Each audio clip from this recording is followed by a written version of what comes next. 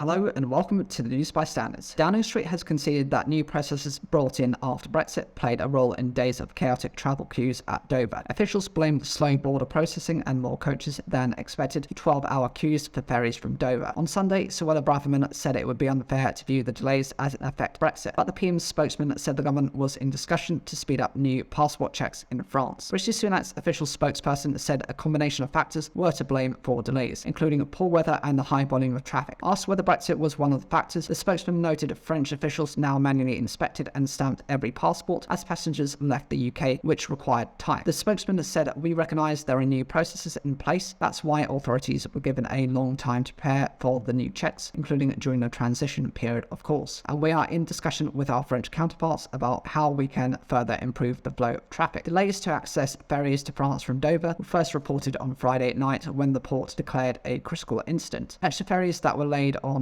overnight on Saturday were not enough to prevent the queues at Dover increasing through much of Sunday. Officials have explained that long border processing times were partly to blame for delays, and ferry companies said bad weather had disrupted some journeys. The port said ferry companies received 15% more coach bookings for the Easter period than what had been expected, which takes longer to process than cars. Dover also faced enormous disruption ahead of the spring getaway last year, with thousands of lorries queuing to leave the country. However, Christine Dixon, director of Cranberry Coachways, said the situation was much worse than previous years. "We've had delays before, but nothing at all like this," she told BBC Radio 4's PM programme. She added that coaches were booked 12 months in advance by holiday companies and the port should have known what to expect. Teacher Will Greswell waited at Dover for 40 hours with 67 teenagers and a coach heading on a school football trip to Costa Brava. "We had heard a bit of the news that there might be queues and we had plenty of water and some crisps and bits and pieces on board, but there were a number of other coaches in the queues that didn't have anything." He added that a nearby coffee shop had a constant queue of around an hour and a half. People were trying to get information, but there was no real information coming forward. Home Secretary Suella Braverman told the Sophie Ridge on the Sunday programme on Sky it would not be fair to view the delays as an adverse effect on Brexit. So Keir told LBC on Monday, "Of course Brexit has had an impact. There are more checks to be done. That doesn't mean that I'm advocating a reversal of Brexit. I'm not. I have always said there is no case now for going back in." He added, "Once we left, it was obvious that what had to happen at the border would change. Whichever way you voted, that was obvious. Whichever way you voted, you are entitled to have a government that recognises that and plans ahead." Alistair Carmichael, the Liberal Democrats spokesman for Home Affairs, accused the government of being in complete denial about the impact of their botched deal with Europe. "Businesses and travellers are tied up in the reams of red tape, but ministers are refusing to lift a finger. It shows the Conservative Party is out of touch, out of excuses, and should be out of power."